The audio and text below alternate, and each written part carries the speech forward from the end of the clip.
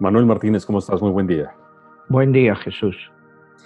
Manuel, en el siglo XX han habido grandes maestros, pero quizá uno de los más llamativos, pero a su vez desconocidos, ha sido un personaje que transformó la historia, conocido como Gurdjieff. ¿Qué nos podrías decir sobre este maestro olvidado y por qué? Bueno, Gurdjieff es realmente uno de los maestros o de los filósofos más grandes que ha habido en el siglo XX.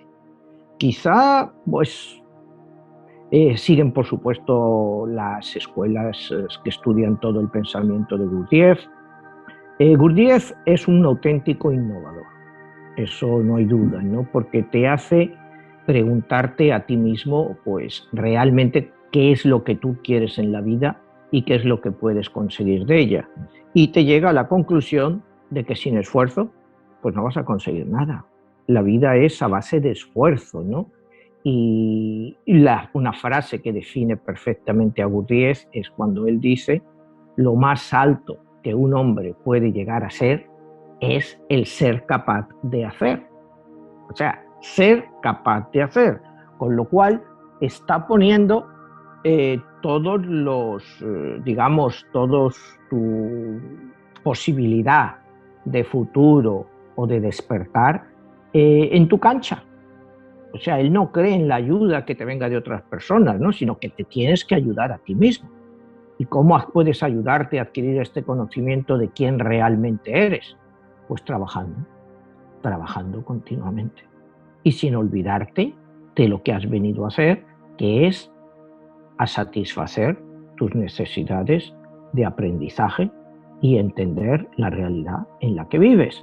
Él, en su filosofía, se podría entender muchas veces, aunque no define, claro, en esa época todavía no había lo que entendemos ahora como las computadoras o un mundo holográfico de todo basado en computadoras, que somos una red, pero él ya te da a entender pues que esto puede ser algo que está realmente, que al final no es más que una ilusión, pero que esa ilusión desgraciadamente te produce mucho sufrimiento. Entonces, pues tienes que aprender a vivir para superarlo. Se parece un poco a los principios budistas, porque él, acuérdate que, bueno, él viaja mucho por Asia y aprende mucho del budismo, del hinduismo y de todas estas doctrinas. Pero al final su conclusión es esa, ¿no? Que esto es una ilusión y hay que saber combatir esa ilusión para evitar el sufrimiento lo más posible, pero que el sufrimiento, pues, es inevitable. Manuel, ¿cómo pudiéramos definir su filosofía? Porque se mueve mucho en estos ámbitos de lo esotérico, de pues algo que quizá no entendamos muy bien. Y la otra pregunta sería, ¿de dónde viene Gurdjieff? ¿Cuáles son sus orígenes? ¿Cómo podemos entender su filosofía, siendo que pues, es un personaje muy misterioso? Sí, bueno, si quieres vamos a empezar un poco con su vida, quién es él, cuándo nace. Gurdjieff nace en lo que es la antigua ciudad de Alexandropol en Armenia. Hoy en día la ciudad se llama Gyumri, una localidad armenia. Gurdjieff nace exactamente un día 22 de septiembre del año 1874. Cuando sumamos todos los números, nos da 2 más 2 más 9 más 1 más 8 más 7 más 4, nos da 33, que es el número más místico que hay. O sea, es el número maestro 33, es el número auténticamente místico. Y él ya nace con ese número. A la vez, cuando tú miras el año en el que él nace, 1874, cuando lo condensas en numerología, tienes que es 1 y 8, 9, 7 más 4, 11. Ya tiene ese desafío también de 9 y 11. O sea, es una persona que nace con un número místico dispuesto a realizar grandes cosas, pero a la vez que va a estar siempre desafiado. Y veremos que toda su vida pues, va a ser un desafío, ¿no? Un intento de traer una nueva realidad a las personas para que entiendan lo que realmente somos. La base de la filosofía de Gurdjieff es que nosotros somos máquinas. O sea, nosotros no somos seres humanos, somos máquinas y estamos dormidos. Todo lo que hacemos es mecánico. Entonces lo que tenemos es que despertar y entender lo que hacemos. Y, por ejemplo, el consejos que te da. Por ejemplo, si tú estás acostumbrado, pues por supuesto, a escribir con la mano derecha. Bueno, pues escribe con la mano izquierda para que entiendas lo difícil que es, pero eso te mantiene despierto. La sociedad que vivimos y por la forma de vida, él considera que estamos dormidos, que nos hemos convertido en esclavos, pero en esclavos que aceptamos nuestra esclavitud, que ya no necesitamos cadenas, sino porque las cadenas nos las hemos puesto nosotros mismos. O sea, es una filosofía realmente rompedora para la época. Acuérdate, él nace, como hemos dicho, en 1874. Él empieza a darse a conocer pues, a principios del siglo XX. Pues es una doctrina realmente rompedora. Es una doctrina pues, que se va a enfrentar pues, a la época más dura de lo que fue el siglo XX. Empezamos pues, desde la Primera Guerra Mundial. A él le pilla la Revolución Rusa, después veremos la Segunda Guerra Mundial. O sea, él vive siempre en un periodo de crisis. Es la crisis europea esta de que solo había guerras, y él es partícipe en todas, aunque no lucha, pero él vive todas. Él se tiene que exiliar, tiene que irse escapando de muchos sitios para poder continuar. Digamos que en su época, en su vida, Gurdjieff fue siempre muy popular. O sea, muy popular, digamos, entre sus alumnos, no entre las masas de la población. Él, sus alumnos, cuando en el año 1915 admite en su escuela a Ouspensky, pues Ouspensky por muchos años comparten las mismas ideas. Luego al final ya rompen, ellos rompen. Pero mucho de lo que conocemos hoy de Gurdjieff y de su interpretación se lo debemos a Ouspensky, sobre todo lo que es la interpretación, como veremos más adelante, del cuarto camino. Entonces, si quieres, vamos a continuar un poco con la vida de Gurdjieff, ¿no? Como decíamos, él a una temprana edad pues tiene que estar emigrando pues, por cuestiones de Armenia, la Primera Guerra Mundial. Sus padres se tienen que mover, él se mueve también, y aquí es cuando él se traslada a Rusia en 1912, monta su primera escuela en Rusia, escuela de conocimiento, y 5 años después pues, le pilla pues, la Revolución Rusa, y lógicamente tiene que salir corriendo de allí y se marcha a Estambul, o sea, a Turquía. Aquí nos deja una gran frase para recordar, ¿no? Toda la vida es un gran escenario, unas veces es carne, y en esto se refiere pues, al deseo sexual de las personas. O se trata de ser un actor, pero para aprender ese papel se requiere inteligencia. La inteligencia es necesaria para ser capaz de interpretar el papel en tu vida. Si olvidas ese papel, ¿cómo puedes recordar lo que es real y lo que es imaginario? O sea, volvemos siempre a eso, que jugamos un papel, pero que no sabemos si ese papel es real, porque estamos dormidos. En muchos casos, pues somos esclavos, pues por supuesto, de las decisiones de otros, ¿no? O sea, si tú te estalla una revolución, pues hay poco que tú puedas hacer. O te quedas dentro de la revolución o te vas, te escapas. Él decidió pues, que esa revolución no iba con él y se marchó. Pero él siempre trataba de jugar su papel en el sentido que él entendía que tenía que despertarse. Otro de los grandes conceptos de Gurdjieff va a ser siempre la memoria, que nuestro gran enemigo es la memoria. La memoria, porque siempre estamos pensando en el pasado, en lo que nos pasó, en lo que nos han hecho, lo que hemos hecho. Entonces esa memoria, esos recuerdos, no nos dejan avanzar.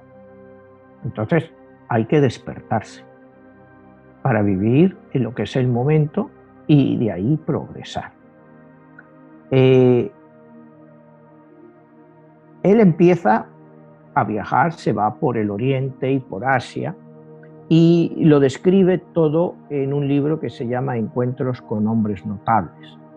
En esta época él estudia pues con faquires, con yogis, y encuentra una antigua hermandad que se llamaba la Hermandad de Sarmut, que él dice que pudiera ser que tenían conocimientos de unas épocas pues que ya estaban olvidadas para nosotros.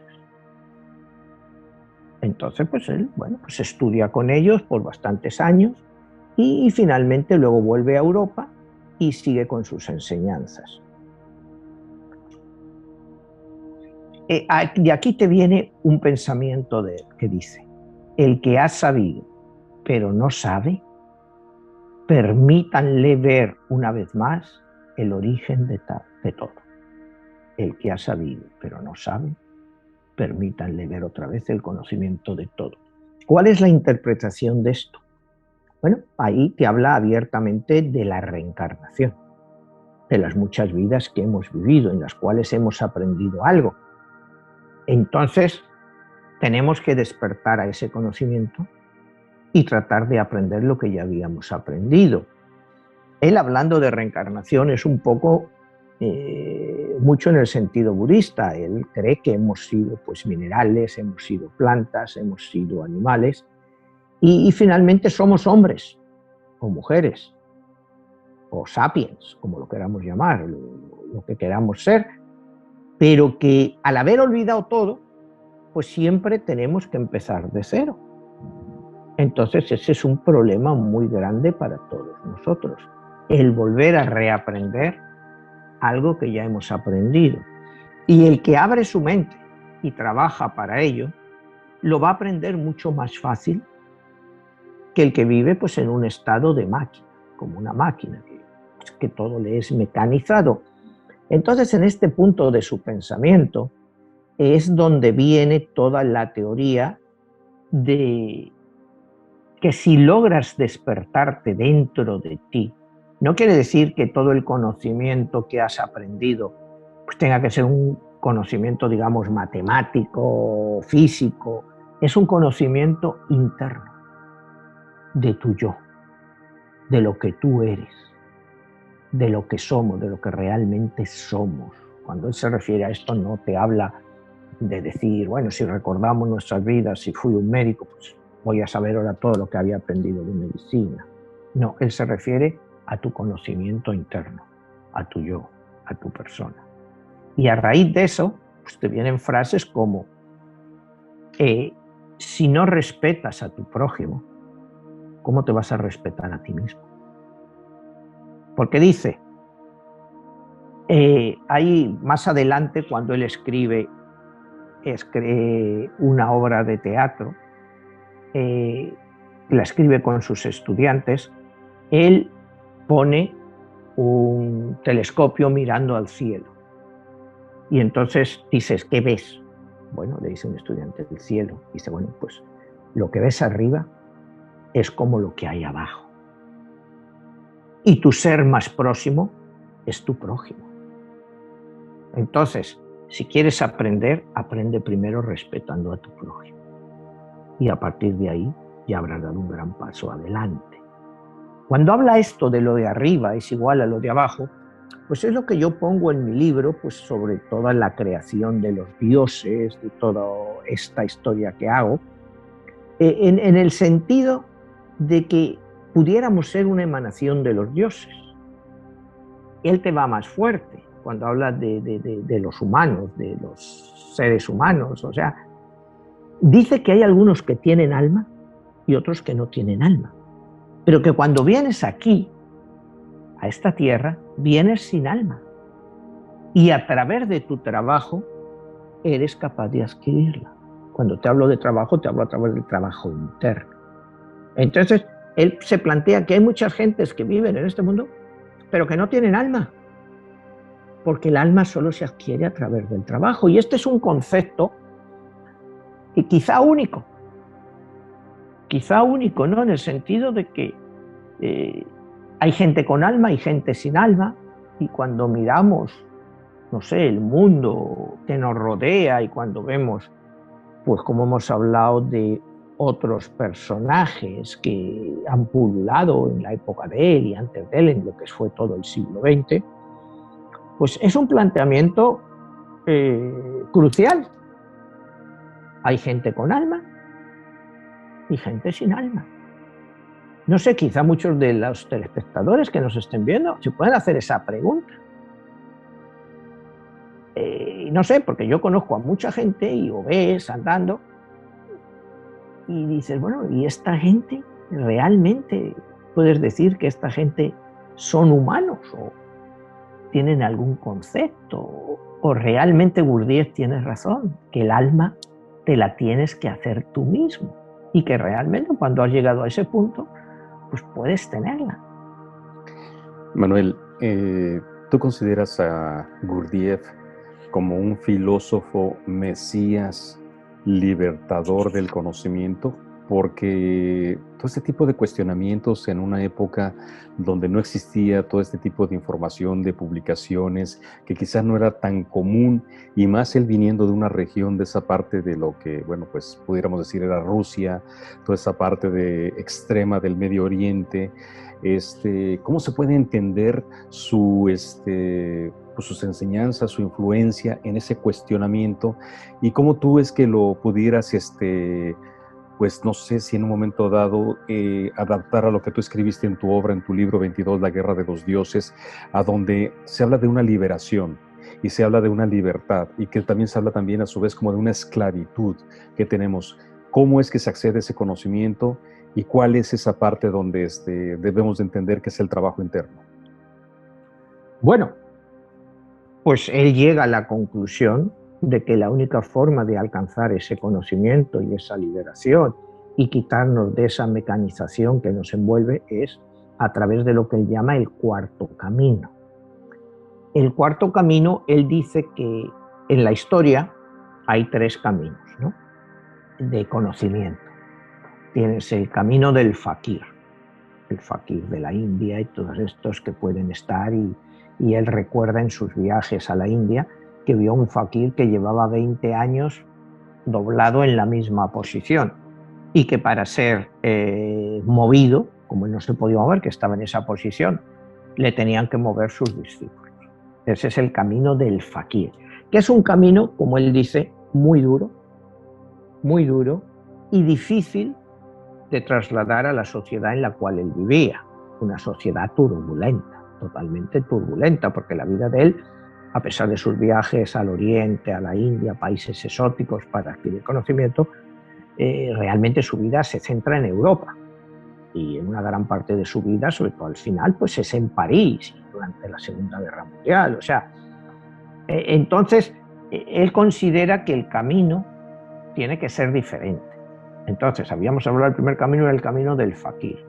El segundo camino del que habla es el camino del monje. Todos sabemos pues lo que es un monje, pues que se retira a un monasterio a meditar, a vivir así.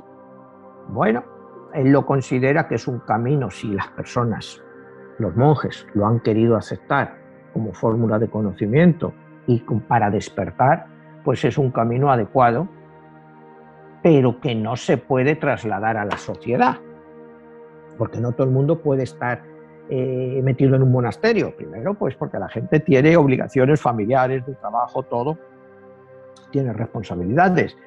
Tanto el fakir como el monje se han salido de este mundo, viven en su propio mundo. Entonces, no lo ve factible a la sociedad en la cual vivimos. El tercer camino es el camino del yogi, que es un poco más relajado que el camino del fakir, porque el yogi, bueno, pues todos sabemos lo que es un yogi, mucho, voy a repetir la palabra, haciendo yoga, meditación interna, que es un camino aceptable, otra vez, para un cierto tipo de personas, pero no para la sociedad actual. Entonces, él presenta lo que él llama el cuarto camino, que es un camino duro, pero que todos podemos hacer. Todos, la sociedad, cualquier persona en cualquier momento podemos hacer, pero que es un camino que solo se puede comprender a través de la experiencia.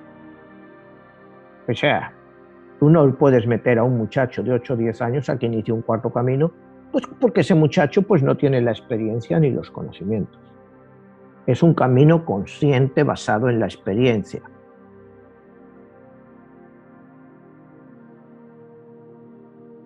Entonces, cuando tú entras en este camino, te estás comprometiendo contigo mismo a cambiar.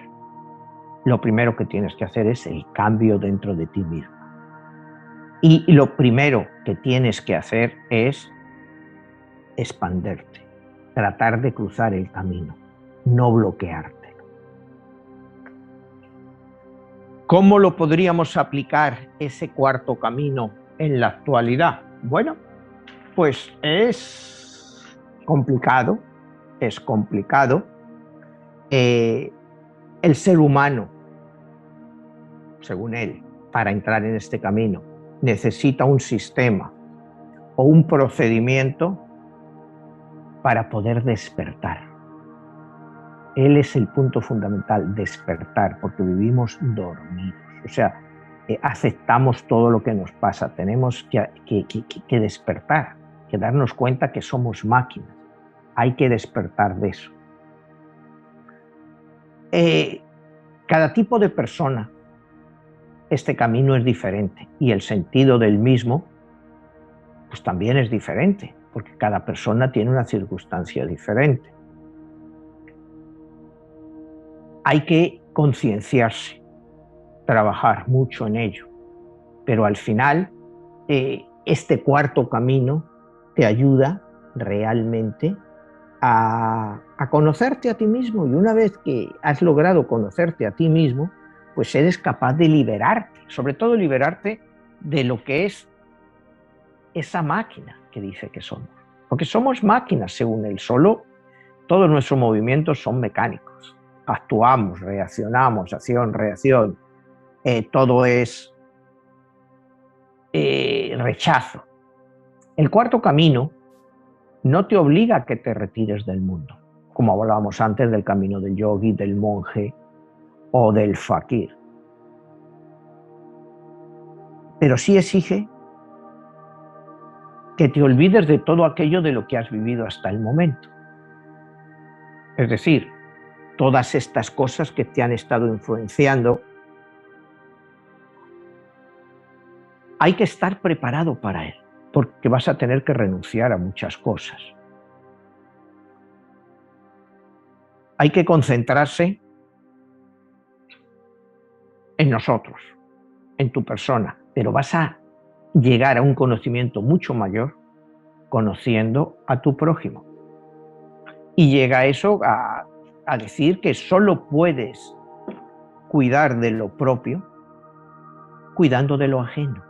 Es decir, tratando de la gente que te rodea entienda lo que tú estás haciendo. O sea, son conceptos. Él va mucho a Cristo. O sea, él le gusta mucho la figura de Cristo, pero dice que los que hoy en día se llaman cristianos, pues en realidad son todo menos cristianos, porque ninguno sigue lo que eran las enseñanzas de Cristo. Entonces llega a considerar que el experimento de Cristo, pues cuando vino a la tierra y predicó su doctrina, pues de una forma u otra pues se quedó inacabado, porque lo que ha quedado detrás, pues tú mira, como hemos hablado aquí muchas veces, hemos hablado de la Iglesia, hemos hablado de lo que es el cristianismo, y te das cuenta de que, bueno, pues, ¿qué queda de esos principios del cristianismo original? Pues realmente queda muy poco, por decirlo. Si queda algo, ¿no? O sea, es mucha palabrería, pero a la hora de la verdad no hay nada. No hay nada. Cuando el cristianismo pues justifica guerras contra otros que no son cristianos, pues ya estás yendo contra tu prójimo, como dice Gurdjieff. Cuando tratas de imponer tu fe a otro, pues ya no tienes nada de cristiano. Entonces, Él considera el cristianismo una doctrina fallida, pero no por ser una doctrina en sí, sino porque sus seguidores pues han fallado a entender el verdadero significado de lo que Cristo vino a hacer.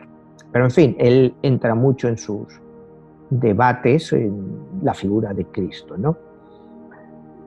La gente dice en este cuarto camino, tiene que superar el miedo, porque la gente vive arrastrada por el miedo.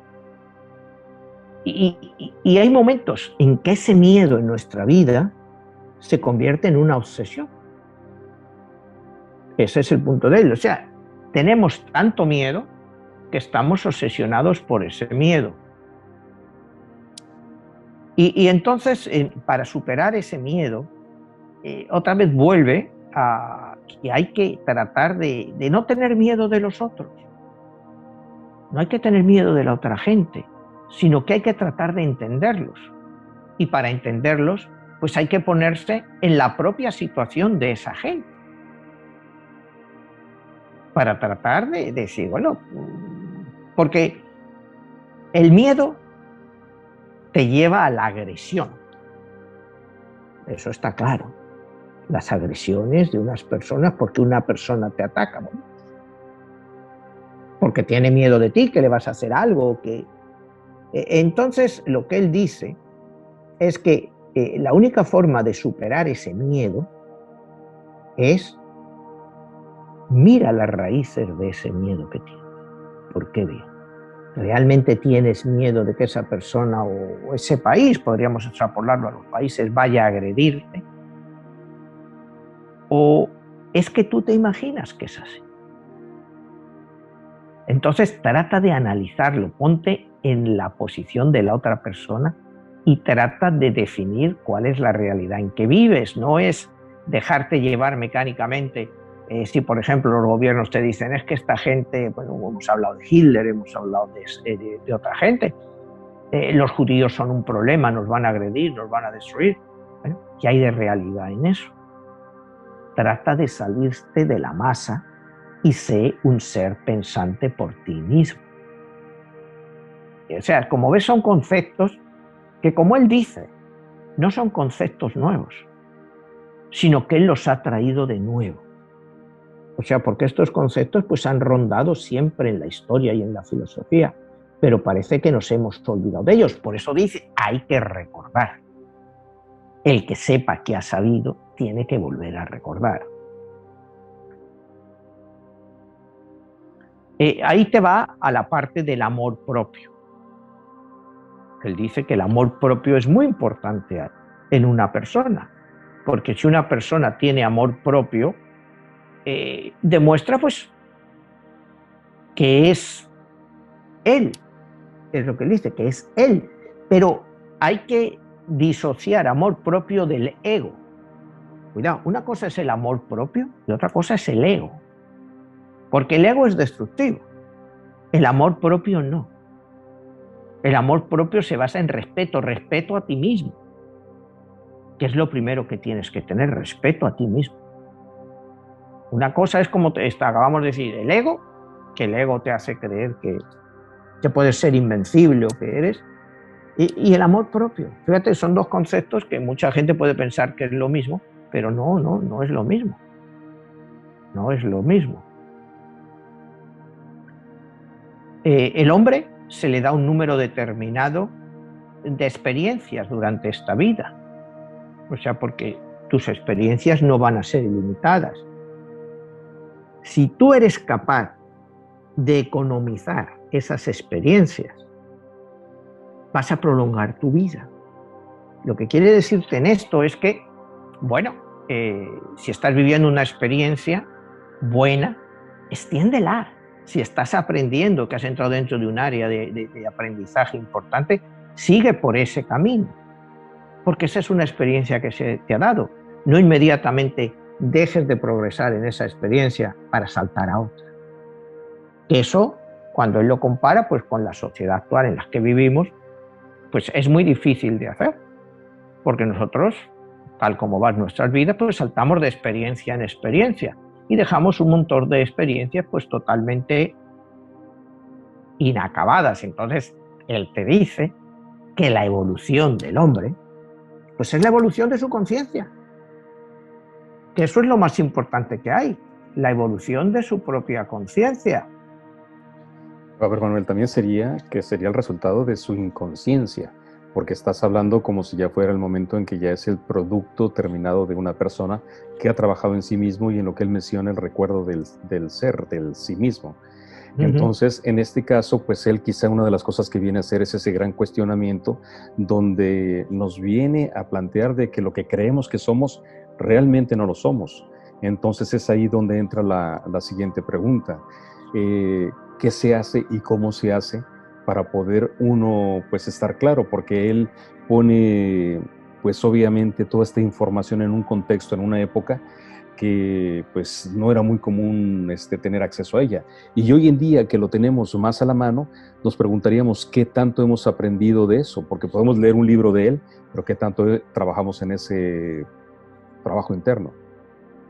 Pues mira, yo creo que tu pregunta es tu propia respuesta, ¿no? O sea, no trabajamos en nuestro conocimiento interno, porque la sociedad actual, como era ya en la sociedad de él, hace 100 años, menos de 100 años, era una sociedad totalmente materialista. Entonces, cuando vives en una sociedad totalmente materialista, y no te hablo de materialista en el sentido capitalista o comunista, con todo el rollo del comunismo, que es antimaterialista, no. Materialista es porque nos hemos creado una serie de necesidades. Y te las creas en cualquier sociedad. Y no puedes dejar de vivir sin ello.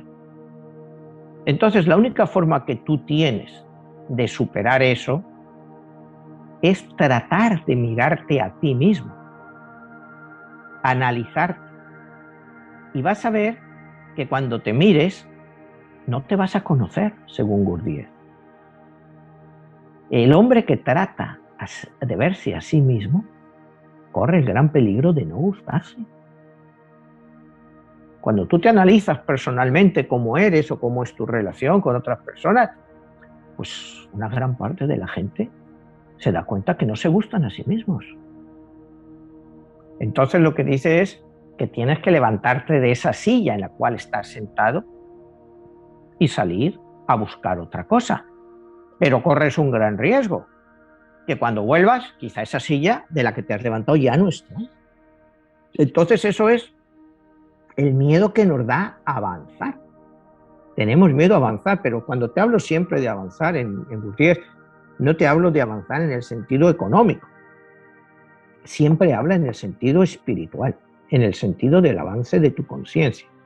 O sea, pero a veces es difícil de entender estos conceptos, pero cuando se habla de materialismo, él lo hace pues, materialismo a todos los niveles. No necesariamente que quieras más cosas, porque eso todo el mundo quiere más cosas, y según él no está ni bien ni mal. O sea, es que si esas cosas materiales realmente te hacen feliz, o realmente pues estás perdiendo toda una vida, aunque tengas 10 coches, 10 mansiones, pues igual tu vida no te ha servido de nada, porque espiritualmente no has avanzado nada. Y al final, pues claro, vas a morir, vas a volver, y ni siquiera vas a traer una parte de ese conocimiento, porque sí, has tenido mucho, pero ¿de qué te ha servido todo eso para el avance espiritual? ¿Te va a servir para el avance de tu alma? Según él, no. Una vida gastada en cosas materiales, pues es una vida totalmente perdida, porque tú nunca vas a llegar a entender quién es esa persona que tú eres. Pero él reconoce que es muy difícil avanzar a eso, que requiere una autodeterminación muy importante. Primero, lo que te digo es conocerte a ti mismo. ¿Cuántas personas, quizás que nos estén viendo ahora, hayan hecho alguna vez en su vida autoanálisis de ellas mismas? Porque cuesta mucho entender tu propia vida. Es muy fácil culpar a cosas del exterior que nos influyen y mira esto lo que me han hecho y vivir siempre con esa memoria pegada atrás y es prácticamente imposible salirse de esa situación. Entonces, por eso el cuarto camino requiere un gran esfuerzo para poder dejar eso detrás y entenderte a ti mismo. ¿Quién eres tú realmente? ¿Qué somos? O sea, nos pensamos que somos a nivel individual la cosa más importante. Y él dice que sí, que somos importantes, lógicamente. Porque lo único que tenemos ahora mismo es esta vida. Pero esta vida hay que vivirla despierto, siempre despierto. O sea, su idea es siempre despertar porque vivimos dormidos. O sea, eso es, yo creo, la gran aportación de Gurdjieff es siempre esa, despertar de este sueño, ¿no? Esto no es más que una ilusión, pero esa ilusión hay que vivirla y es muy dolorosa. Es un poco, bueno, tú eres budista, que al final todo esto no es más que una ilusión, nuestra vida. Él también toma esos conceptos, esto es una ilusión, pero esa ilusión, para el que la está viviendo, es real. Es real, tú pasas hambre, tú pasas frío, tú te pones enfermo, entonces puede ser una ilusión. Podemos estar viviendo en un universo holográfico. Mira, esta semana Elon Musk acaba de decir que todo esto es un universo holográfico. O sea, y es una persona pues, a la que la gente le escucha, pero como piensan que está medio loco, pues tampoco se lo toman muy en serio, ¿no? O sea, piensa que esto es un Matrix, como hemos hablado en otros programas y como yo hablo en la segunda parte de mi libro. Esto puede ser un Matrix, pero es un Matrix que es real, sobre todo para el que lo está viviendo. Si a ti te han programado de una forma y lo puedes llamar que es un Matrix creado por Dios o creado por quien tú quieras, es real. Es real, entonces cada persona está jugando en el papel que le ha asignado ese Matrix. Entonces hay que despertar de eso.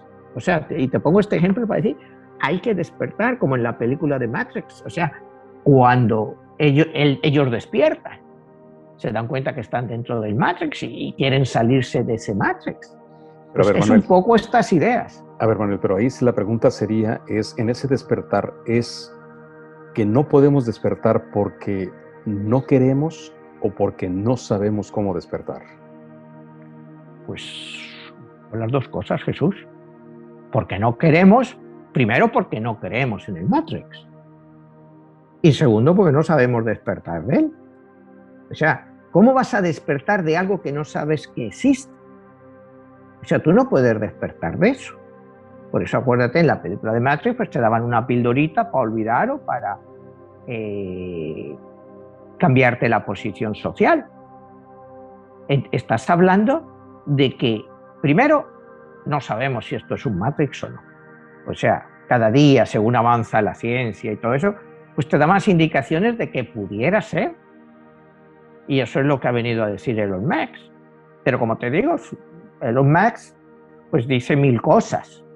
¿Me entiendes? Te dice un tweet y te sube el Bitcoin, te dice lo contrario, te baja. Si ahora empieza a hablar del Matrix, pues eventualmente habrá una gran parte de los seguidores de Elon Musk que creerán en el Matrix. Y cada día verás más expresiones como esa, no, todo esto es un Matrix, nos tienen aquí. Somos un producto de una computadora que nos tienen manipulados. Y yo, como te digo en mi libro, la segunda parte de 22, que todavía no se ha publicado, pero la tengo ya grabada, entro en este concepto del Matrix, del que habla él. Entro en que posiblemente seamos, yo voy un poco más adelante, sino que hablo que existe un Matrix controlado, pero en el cual se nos da una cierta libertad de movimiento. Es decir, es como si entráramos en un mundo nuevo, todo holográfico, y donde hay los procesadores, la gente que maneja pues todo lo que son las computadoras, los ordenadores, y cada persona trabajando allí tiene a su cargo pues una serie de personas o miles de personas en diferentes países. Un poco, no sé, yo me acuerdo cuando mi hija era pequeña que tenía un juego que se llamaba The Sims, los Sims, y era que tú creabas familias, les dabas hijos, les quitabas un hijo, les hacías otro, y tú jugabas con toda una familia o varias familias, y vivían o morían cuando tú querías. Y era un juego popular cuando mi hija era pequeña. Y eso me hizo entender también un poco más el concepto este de que quizás sea una especie de Matrix, pero controlada, y yendo a mi libro, pues sería controlada por los dioses. Y que hay, pues, entidades, o como tú quieras, que tienen sus discípulos o sus seguidores. Por eso te digo, pues los cristianos pues tienen una Matrix que los mueve. Los musulmanes otra, los hindúes otra. Y eso es un juego. Es un juego, pero al final no ha sido más que un juego, pero un juego que bueno, pues causa normalmente dolor a la mayoría de la gente. Entonces, ahí es hablar un poco, cuando tú has visto, bueno, las 3 películas estas de Matrix, y ahora va a salir la 4ª, en que al final de la tercera, pues se descubre el juego. Y entonces, ¿qué deciden? Que bueno, pues empezamos otro nuevo. Y a ver qué pasa. Entonces, ahí yo voy a mi concepto de la creación del mundo, de la creación del paraíso terrenal para Adán y Eva, en que todo era felicidad. Pero esa felicidad acaba con muertes. Pues se acaba primero que Eva no sigue las instrucciones de la Matrix y come de la manzana prohibida. Que la manzana prohibida era la manzana del conocimiento, y era el conocimiento de que todo era una ilusión. O sea, te estoy hablando de teoría, ¿no? Entonces, ella ya descubre que eso es una ilusión. Llegan Caín y Abel, sus hijos. Pues Caín le da un palo y mata a Abel. O sea, porque se da cuenta que todo es un juego. Entonces, ¿qué pasa? Pues que los dioses deciden crear otra Matrix. Habían creado una Matrix que era el paraíso terrenal, donde todo era felicidad. Pero los hombres, los sapiens, o lo que queráis llamarlos, no se adaptaban a eso. Entonces, le dieron totalmente la vuelta a la tortilla y te crearon un Matrix de infelicidad. Porque todo esto, y cualquier religión te dice, vivimos, la religión católica, esto es un valle de lágrimas. Los budistas, las 4 verdades nobles, la primera, la verdad del sufrimiento. O sea, todos se ponen de acuerdo en crear un Matrix de sufrimiento para la humanidad. ¿Quién se salva de ese Matrix de sufrimiento? Son personas escogidas. O sea, y aquí me iría un poco a la ruptura entre la religión católica y el protestantismo, cuando viene Martin Luther y sobre todo cuando luego viene Calvino, en la definición de lo que es el cristianismo, y ese que Dios quiere mucho a los pobres, ¿no? Entonces, pues los protestantes, sobre todo los calvinistas, dicen sí, pero hay signos de los que son escogidos de Dios, entre ellos pues, la riqueza. Es un síntoma de que Dios te ha escogido para que tengas más que otros. Si partimos de un mundo todo de pobre, pues un signo de evolución de tu conciencia es el hecho de que has sido capaz de conseguir riquezas. Entonces, gracias al protestantismo, pues el concepto del capitalismo es capaz de desarrollarse.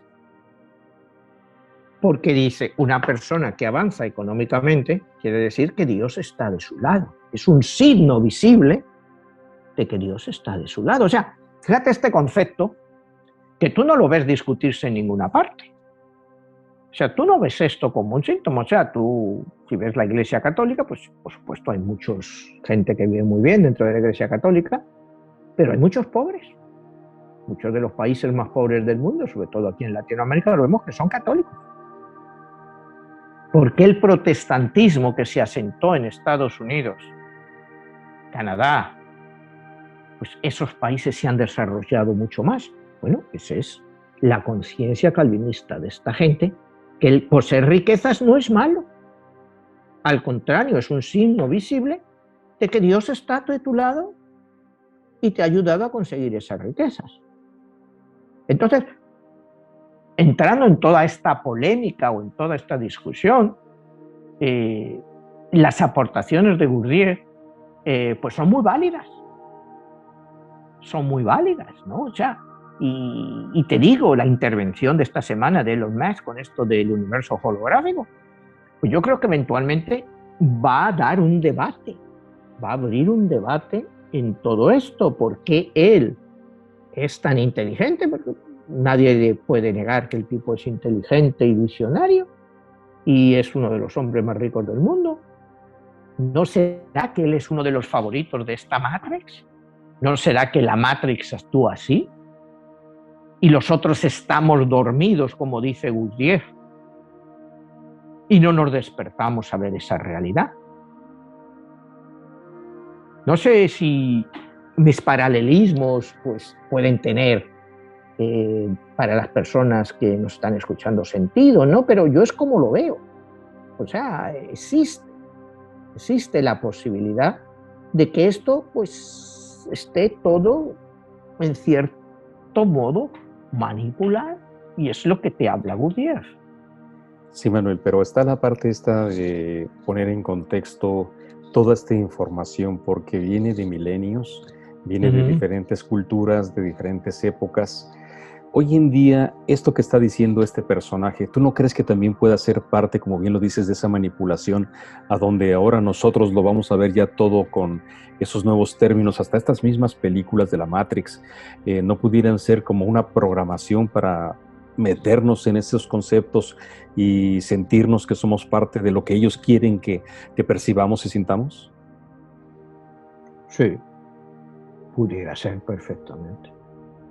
Pudiera ser una manipulación, ¿no? Lo único que hay es, otra vez, te vas a Gurdjieff y es el que tú tienes que hacer tu trabajo interno para entender si eso es manipulación o puede ser real.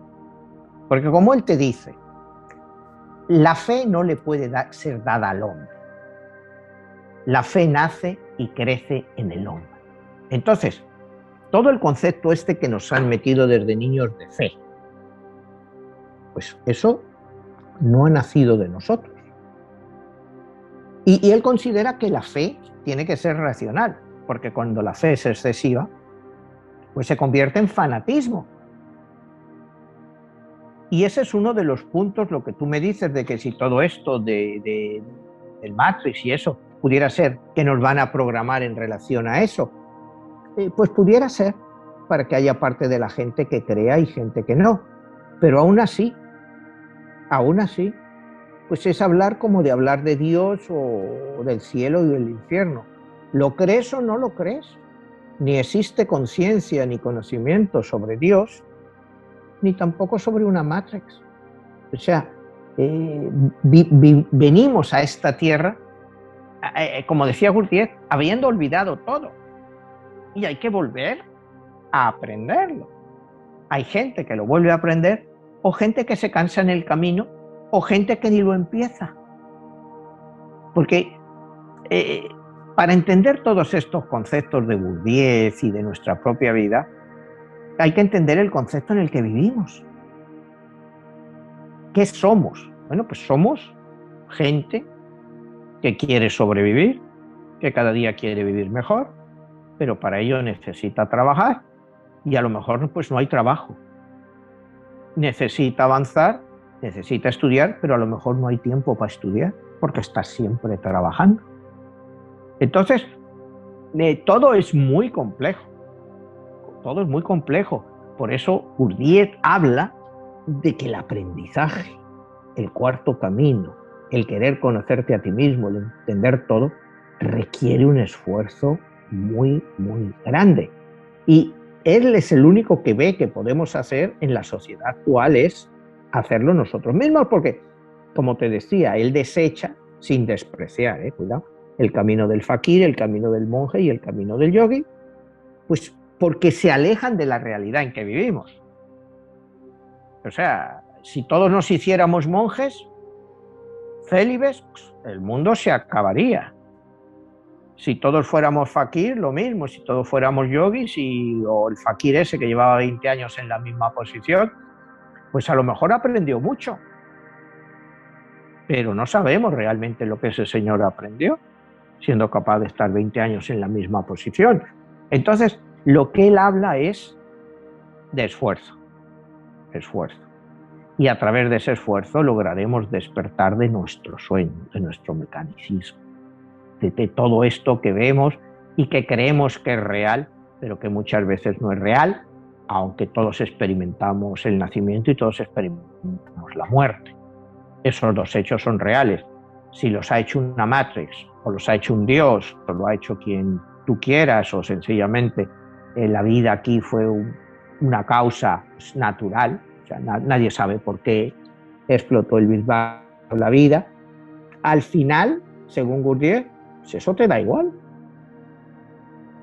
Eso te da igual. Tú tienes que vivir en tu momento, en lo que tú eres, en lo donde estás ahora. ¿Qué es lo que puedes hacer para despertar?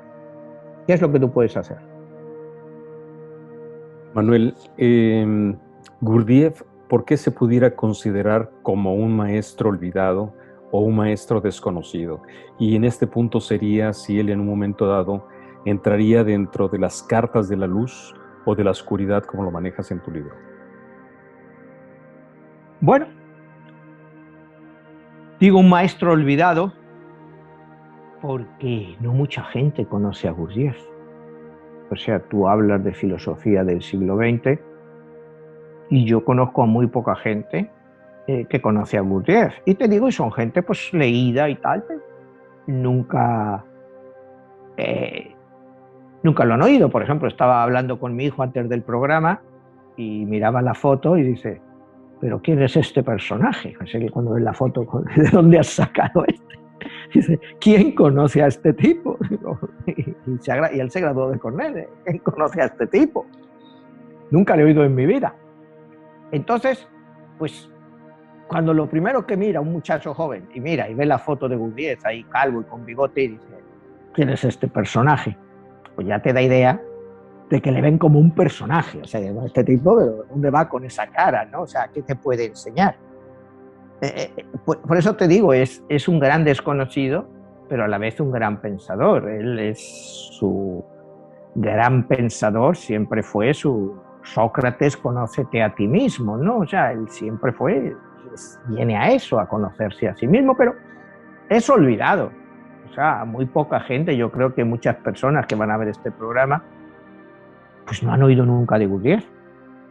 O sea, por lo menos ahora van a tener una idea de quién fue Gurdjieff, que fue uno de los grandes pensadores del siglo XX, pero que sus escuelas siguen ahí, prácticamente en casi todos los países del mundo. Hay alguna escuela que sigue el cuarto camino de Gurdjieff y Upensky.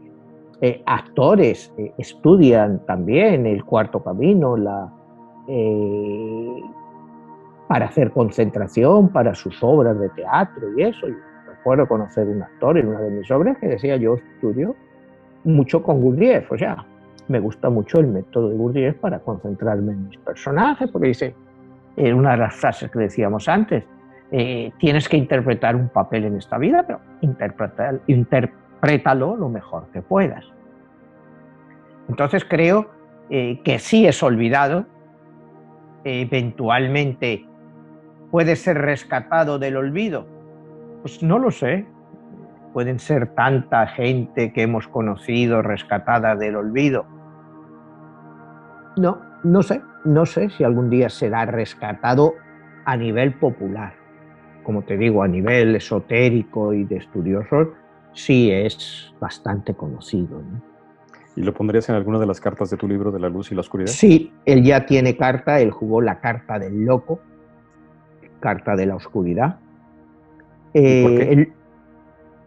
Pues porque todos estos conocimientos, todos estos desafíos a la sociedad tradicional, yo los pongo siempre como oscuridad, para hacer ver que la oscuridad pues, es como la luz.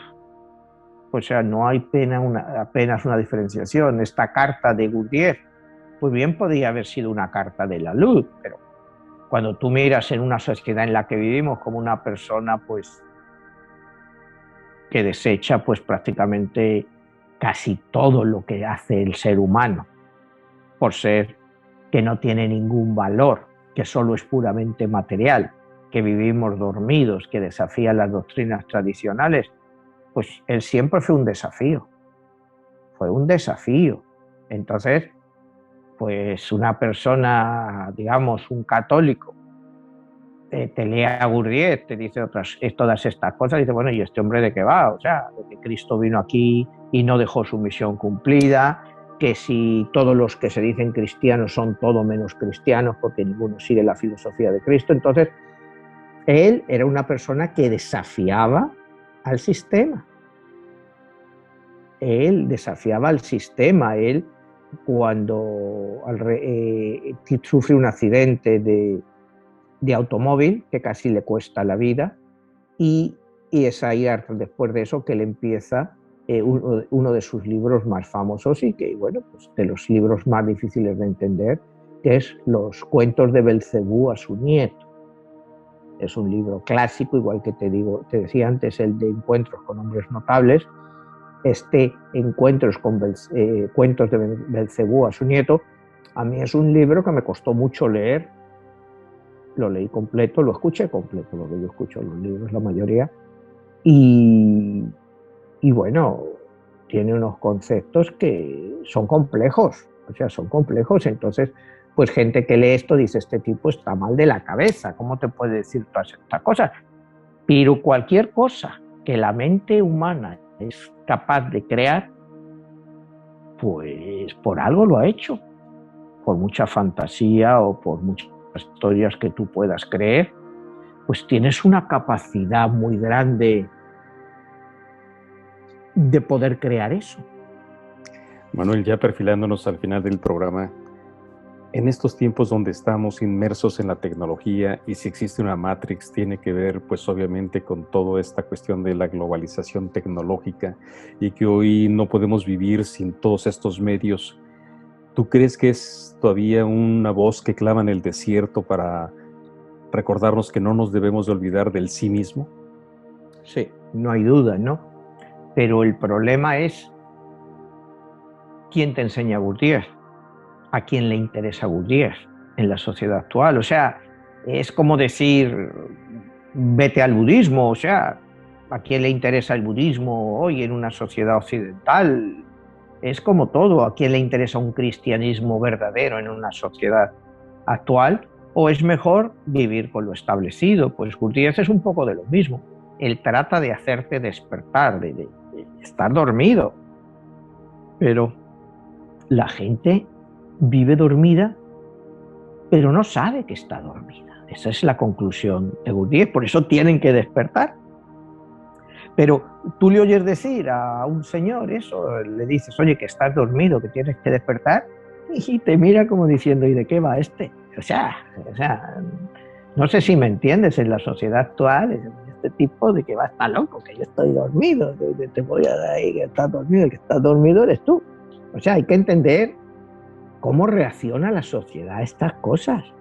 Tú le dices a un tipo, oye, que estás dormido, que no entiendes tu propia esencia. Y dices, ¿tú de qué vas, tío? No me jodas. Yo estoy dormido, estoy todo el día trabajando, eso es estar dormido. Entonces, una respuesta de un día sería, sí, estás dormido, precisamente porque estás todo el día trabajando. Y estás dormido, no entiendes tu propia esencia. A ver, Manuel, y quedaría la siguiente reflexión. ¿Por qué toda su enseñanza queda plasmada en libros? ¿Y por qué la importancia de acercarse hoy en día a ese conocimiento a través de los libros? Bueno, afortunadamente, pues Gurdjieff escribió bastante y tuvo muchos alumnos. Y las escuelas, cuando él muere, sus escuelas han seguido funcionando y todavía tratan de interpretar su conocimiento. Hay gente pues que se reúnen una vez a la semana a leer un capítulo de Cuentos de Belcebú a su nieto, y todavía lo están interpretando. Llevan años interpretándolo, a ver si a uno se le ocurre una cosa u otra. O sea, el conocimiento de él está vigente. Pero te vuelvo a decir otra vez, ¿cuál es el problema de nuestra sociedad? Tiempo. La gente, imagínate no sé, a cualquiera de algunos de nuestros espectadores que se dice que se sienta a leer un libro de 1200 páginas con un lenguaje a veces incomprensible y que trate de sacarle sentido. Primero te dice que él no tiene tiempo y que el poco tiempo que tiene no lo va a perder escuchando a un loco, a un tipo ahí que te viene a decir unas historias que no se las cree ni él. No sé si me entiendes. Es lo difícil de este tipo de personas de llegar a la masa. Y la masa, pues realmente, si la masa realmente entendiera estas cosas, pues sería capaz de evolucionar hacia un modelo de vida muchísimo más llevadero, no solo para ellos, sino para todo el mundo. Pero la cosa no es así, entonces, pues no sé. Pues fíjate que ahí queda también el beneficio de esta época de poder utilizar los recursos que tenemos al alcance, como por ejemplo, este programa lo pueden escuchar en Spotify, pueden escuchar todos estos libros que tienes tú ya sobre la mesa de tus publicaciones. Y pues, ¿dónde los podemos encontrar, Manuel, para recordarles a la gente?